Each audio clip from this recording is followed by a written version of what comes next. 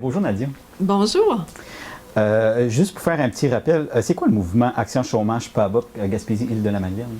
Bien, c'est un mouvement qui a été fondé, ici pour la Gaspésie, les îles, là, ça a été fondé par Gaétan Cousineau en 1989.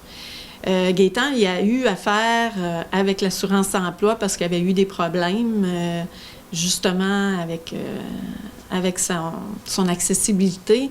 Puis, il a dû utiliser un regroupement qui existait déjà, qui était c'est l'ancêtre de tout le monde au Québec, dans le fond, là, de tous nos regroupements. C'était le MAC de Montréal.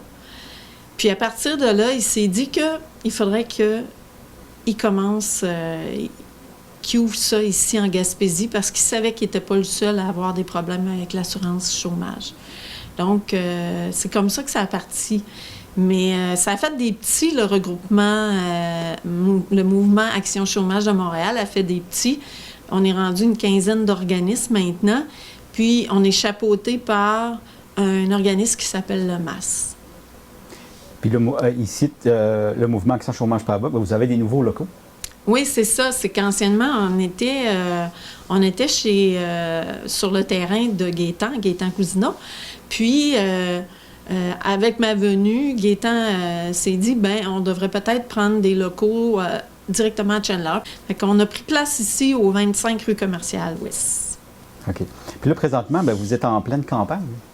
Oui, en fin de compte, le MAS, qui est notre groupement officiel, a toujours demandé on a toujours milité pour avoir une réforme d'assurance-emploi. Puis là, maintenant, avec la PCU et tout ça, on a bien vu que l'assurance-emploi là, est désuète. Elle ne répond plus aux exigences qu'on a maintenant sur le marché du travail et tout ça. On a vu qu'il y avait vraiment des lacunes parce qu'on n'a pas pu, on a dû faire la PCU et ces choses-là, donc des choses qui n'auraient pas dû être parce que l'assurance-emploi aurait dû répondre à la base pour tout le monde sans avoir un programme spécial comme la PCU. Donc, notre campagne s'appelle Améliorer notre sort, c'est vital. Une réforme de l'assurance chômage s'impose. Puis là, vous avez 3 revendications de base. Bien, oui, c'est qu'en fin de compte, c'est sûr qu'on demande une réforme en bonne et due forme, là, mais on a voulu focusser surtout sur 3 revendications. La première, c'est un seuil unique de 350 heures ou 13 semaines pour se qualifier à l'assurance-emploi. Qu'est-ce que ça donne, cette première revendication-là? C'est surtout pour, si on parle de, mettons, un travailleur à temps partiel qui fait 15 à 20 heures semaine, avant de faire un nombre minimal d'heures, c'est quand même assez long. Ça prend plusieurs semaines. Puis c'est souvent des emplois qui sont précaires. Donc, on ne sait pas à quelle minute on va se retrouver sans emploi. Puis nous, dans notre région, c'est avant le COVID et avant ce qui se passe en ce moment, on parlait d'environ 420 heures pour se qualifier à l'assurance-emploi. Mais si je vous donne un exemple, dans le Bas-Saint-Laurent, eux, c'est 665 heures. Donc, dépendamment des régions, on va plus bas à plus haut. Mais nous, là, le plus bas était 420. Fait que nous, ce qu'on demande, c'est le pas mal plus bas, là, il y en a un petit peu plus bas, mais c'est très, très rare. C'est vraiment, en général, là, ceux qui sont comme nous, c'est environ 420. Nous, ce qu'on leur demande, c'est tout simplement 350 heures. Donc, ça veut dire que, mais c'est pas juste pour la Gaspésie, c'est à grandeur du Canada. C'est vraiment pour tous les chômeurs au Canada. Puis 350 heures, c'est quand même plus facile à atteindre que 420, 665 ou 700 heures. Puis le 13 semaines, ça favorise aussi les gens, comme je vous disais tout à l'heure, qui travaillent à temps partiel. Parce que c'est long de faire 350 ou 420 heures à 15-20 heures semaine. Fait que 13 semaines, ça permet à ces gens-là de pouvoir se qualifier de toute façon. Fait que c'est vraiment un allègement qui permettrait aux gens de savoir qu'ils ont un revenu de recours en cas de mise à pied, même s'ils n'ont pas beaucoup d'heures d'accumuler. Et on a une deuxième, 70 % et sur 12 semaines. Donc, ça veut dire que là, avant le COVID, on parlait de 55 % du revenu. Donc, pour quelqu'un qui gagne 13 $ de l'heure, ça veut dire environ 286 $ par semaine d'assurance-emploi. Nous, on demande 70 % 12 semaines. C'est que sur les 12 meilleures semaines, on va aller chercher 70 % de ce montant-là. Pour cette personne-là qui ferait 13 $ de l'heure, bien, à 70 %, ça donnerait 364.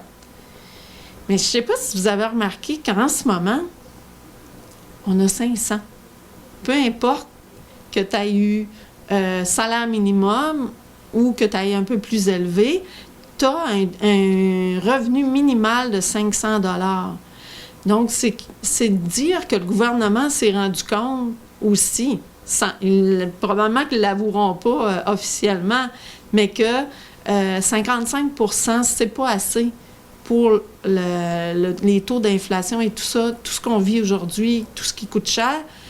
Donc, ils ont mis un 500 minimum. Et nous, on demande seulement 70 % ces 12 meilleures semaines. Donc, c'est réalisable. On le voit que c'est réalisable. Ils nous en font la preuve eux-mêmes que c'est réalisable. Fait que c'est sûr qu'on aimerait ça qu'ils donneraient 100 % du salaire, là, mais bon, on demande au moins ça. Puis la troisième revendication, c'est 35 semaines de prestations minimum. 35 semaines, en ce moment, on parle de 26 semaines. Mais quand on parle surtout, par exemple, des gens qui travaillent, les travailleurs qui travaillent pour des entreprises saisonnières, 26 semaines, c'est pas assez pour faire le tour. Puis c'est pas vraiment de leur faute, c'est que les entreprises, comme ici en Gaspésie, avec le fameux trou noir, c'est des entreprises saisonnières. 26 semaines ne leur permet pas de se rendre à l'autre saison. Ils ont un trou noir qui dure de 5 à 10 semaines environ. Là, on avait un projet pilote de 5 semaines, mais ça ne remplit jamais. Il y a plein de gens qui se retrouvent avec un mois et demi sans revenu de toute façon. Fait que c'est ça nos 3 revendications. OK. Puis vous avez organisé de quoi pour le 7 décembre? C'est pas au juste? Le 7 décembre, en fin de compte, c'est pour notre campagne. On veut se retrouver, on veut que les gens viennent nous appuyer, les travailleurs, les chômeurs. C'est pas une manifestation qu'on va se promener dans les rues, là. C'est juste qu'on va se retrouver le 7 décembre à 10 h le matin en avant des bureaux à Grande-Rivière de Mme la ministre Diane Leboutillier. C'est le bureau qui est en face du IGA, en fin de compte. Là, c'est la Maison-Blanche en face. Puis, on va seulement... on veut faire un petit rappel à la ministre pour qu'elle ne nous oublie pas, puis qu'elle nous appuie dans cette démarche-là de faire une réforme en bonne et due forme là, pour l'assurance-emploi. Donc, on va se retrouver là, on va avoir... on espère que les gens vont venir nous voir. Il y a probablement des syndicats au niveau syndical qui vont être là aussi. On va vous remettre un petit papier vous expliquant les 3 revendications de base. Puis, c'est ça. En fin de compte, on attend les gens là, ce matin-là, le 7 décembre à 10 h au bureau de Diane à Grande-Rivière, Mme Leboutillier, en face du IGA.